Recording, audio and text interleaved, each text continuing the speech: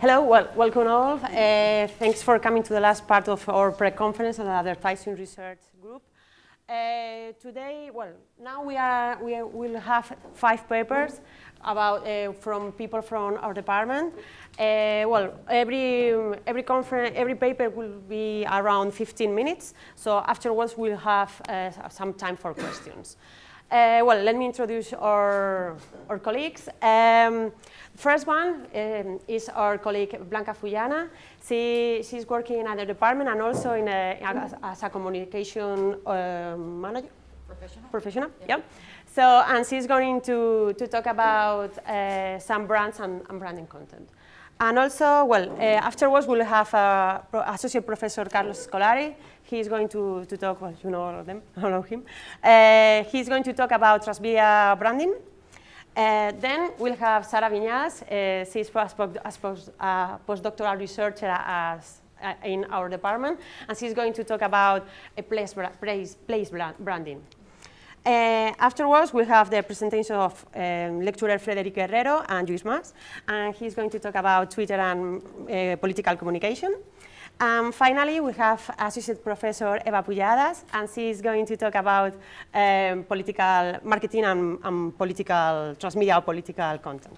So, I will be there. So I have to change the because we have only this microphone. No, it's because of the streaming, because this. Okay. So, okay. Para el streaming solo no está este. Sorry about that.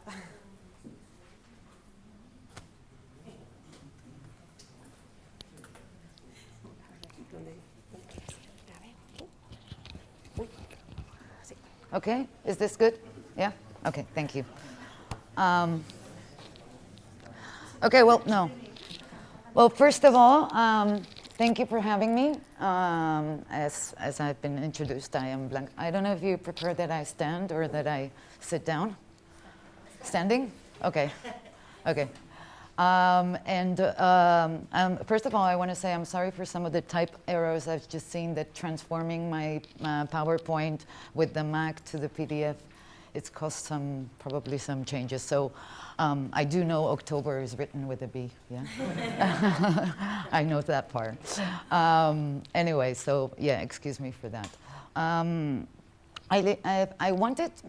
was thinking in different ways in introducing this presentation, and thinking of the audience and thinking of why we're here. We're all trying to explore all the new ways of communications, and like we have heard from Dr. Hardy's presentation this morning, and also Maria Luisa Meló and other people that have intervened this morning, we do know that there is an incredible transformation in the communications world today that we have to tackle, and not only we as professionals, but that the companies are tackling it themselves. And that companies and brands are restructuring themselves internally to find the ways in which they can actually perform the communications and the brand activity that is necessary in today's context. So in order not to make a long explanation, I've learned from my students that the best way to start is with an example and a conclusion.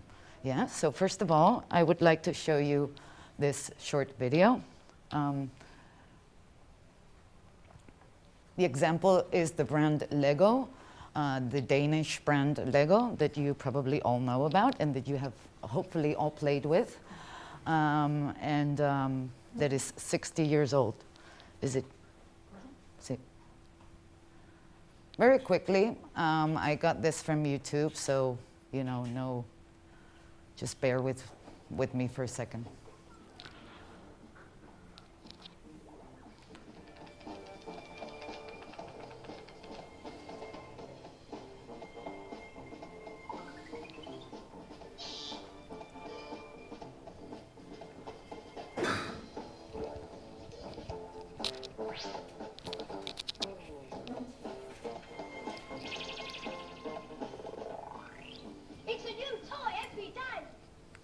It's a new toy every day.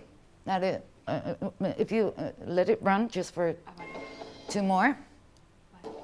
It's a new toy every day. This was one of like the first advertising claims of Lego in the 1970s. It's a new toy every day. Just, yeah, let it run. No. És que, vale. Que vagi el següent. Ah, que vagi el següent, vale, quan se va acá. Vale.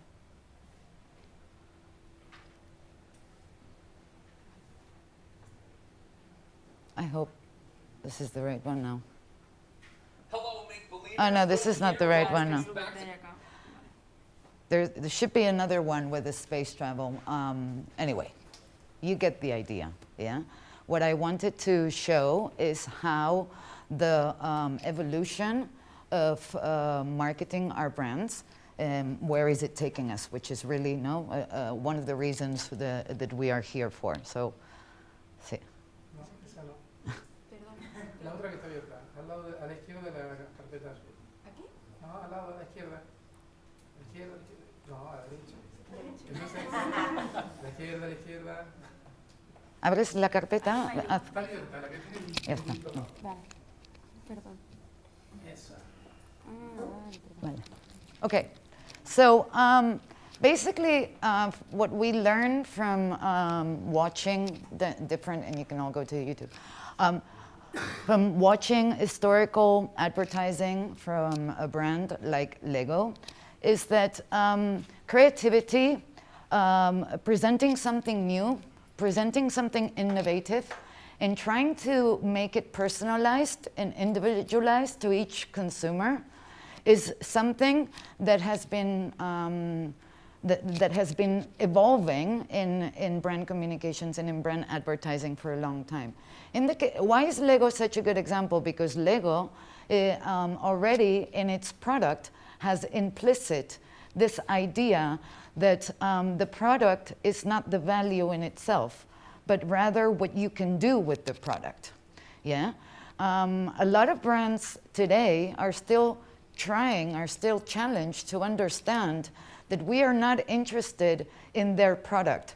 We are interested in what their product can do for us, right? So Lego in this historical advertising has, because it's implicit in the product, had already, since the start in the 1970s, start talking to consumers in advertising about it is a new thing every day, you can build your own stuff with it, create, innovate, do with this product that I'm giving you whatever you like, which is what a lot of other brands that are more in the manufacturing industry have the challenge of overcoming this step. Do you understand? If there's something that is not well understood, please let me know, because this is really important for me to understand where we're going, yeah?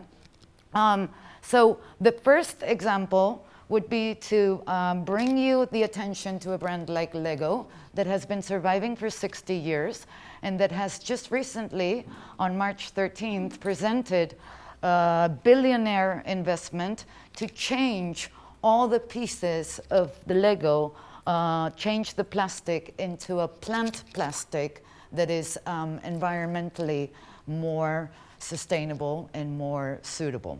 We're going to get again into that in just a minute. But the first example would be Lego. The first conclusion would be the product, and we know this from Lego from all the time, is not the important thing. The important thing is what the product, what people do with that product. That doesn't mean that the product is not important in terms of quality or in terms of innovation, like Maria Luisa Melo was explaining this morning. Of course, innovation and quality of the product is crucial. But what has radically changed in today's context is that we give quality of the product for granted. We give it for granted. There is so much competition. There is so much choices. There are so many different choices for just about anything we do in our life, or anything we buy, or anything we use. We are now in such a global world with so many options. yeah? That really the purchase choice of a consumer is not solely based on the quality of the product. We give the quality of the product for granted. Of course the product's gonna work. Of course the product is good. I mean, otherwise we wouldn't be starting, right? So, yeah, I can change them from here. Okay, so why are we so sure about all of this? I learned from my thesis that we are now living in kind of like a Bermuda Triangle, yeah? The context has radically changed, we all know that, and it has changed substantially in 3 aspects, basically, which is globalization, sustainability, and technology. Now, everybody talks about these concepts, globalization, everybody knows what it is, sustainability, everybody, yeah, exactly, yeah? Or technology, yes, of course, there's all these things we can do. But what is the conclusion for each one of these factors that is so relevant to our communications activity? What is so relevant to our communications activity about these 3 context aspects is that in terms of globalization, what is so relevant is people's consciousness. I'll give you an example. I was privileged enough to study in an international school here in Barcelona since I was 3 years old. It's the reason why my English is fairly okay, yeah? I remember in those times, in the late 70s, 80s, that there was really a difference between being a Catalan and being from Barcelona and the colleagues and other students that I played with in school that were from all over the world, yeah? I remember being really jealous at my friend Carolina, yeah, when she would come back from the United States after summer break and she would bring purple Nikes, yeah? And I was like, oh, where did you get that, yeah? Or somebody would bring a pack of Oreos or something like that. Or grapefruit bubble gum, yeah? These are important things in my emotional childhood, yeah?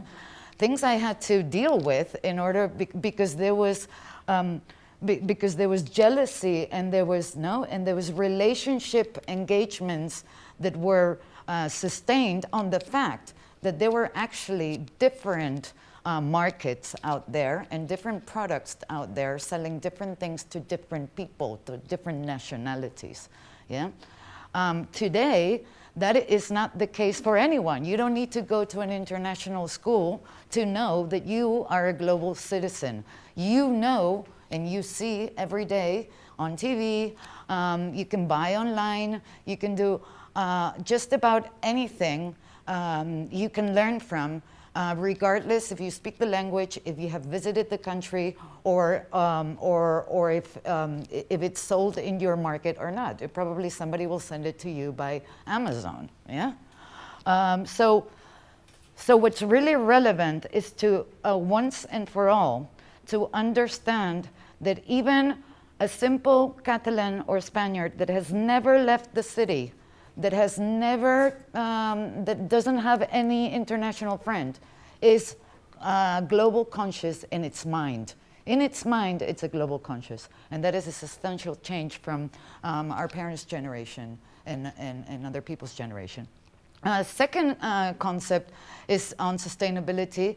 Yes, it's about environment, but it's also about unlimited resources to about learning that, that resources are limited, and therefore that we are obliged to create new solutions and to find and build new new ways of manufacturing everything that we need for our quality of life, if you know what I mean. So there is also a change in terms of not quality growth, but quantity, not quantity growth, but quality growth. In terms of concept also, meaning that companies are starting to understand that it is not good news to send out a press release saying that you have made a lot of money. Yeah, this is no longer the top press release that we are working for a month and getting all kinds of people to back us to approve it. Yeah, we now know that our consumers, our environment is not valuing how much money we are making. It's not valuing how big we are. That is actually can play against us. What consumers are seeing about us is how we perform in society. How, not in a market, but in society.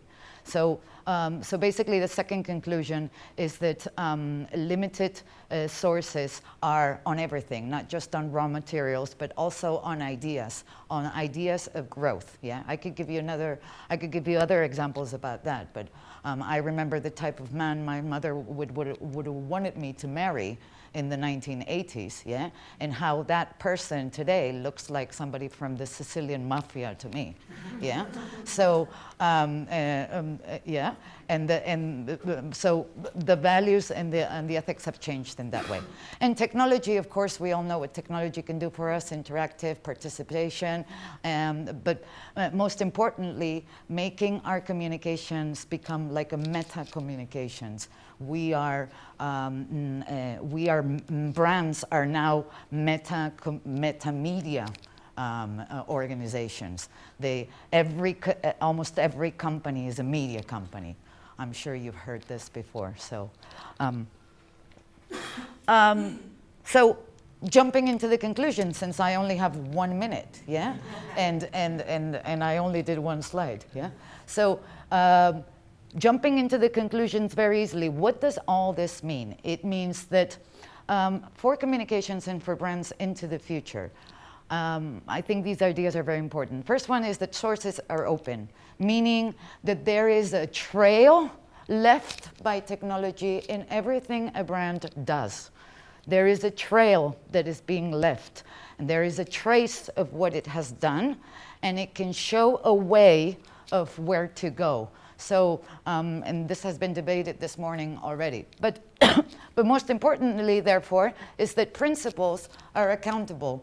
Is that brands can no longer just say that they are fresh, cool, environmentally friendly brands, and that's it in an advertising, and actually not perform it internally. They have to perform what they say. Yeah, so it's kind of like what I learned also from Edelman PR World Company, where they used to say it's a be, do, say. Say comes last. Yeah, communications, therefore, and I think Carla, the girl who won the Caritas Award this morning, she actually mentioned this very well. She said, communications, I have learned, is a tool to change things. And this is also true in our professional communications inside companies. We do campaigns, we do advertising, we do brand content, we do project, all kinds of different associations and arrangements in all sorts, in transmedia communications that Carlos is going to talk about also a lot. We do all kinds of things in a transversal and an interactive. It has intersections within what we do. Yeah. So it is more than obvious that advertising and brand commercials cannot go aside from corporate communications, and that companies are understanding that their brand value and therefore their brand equity is based on this.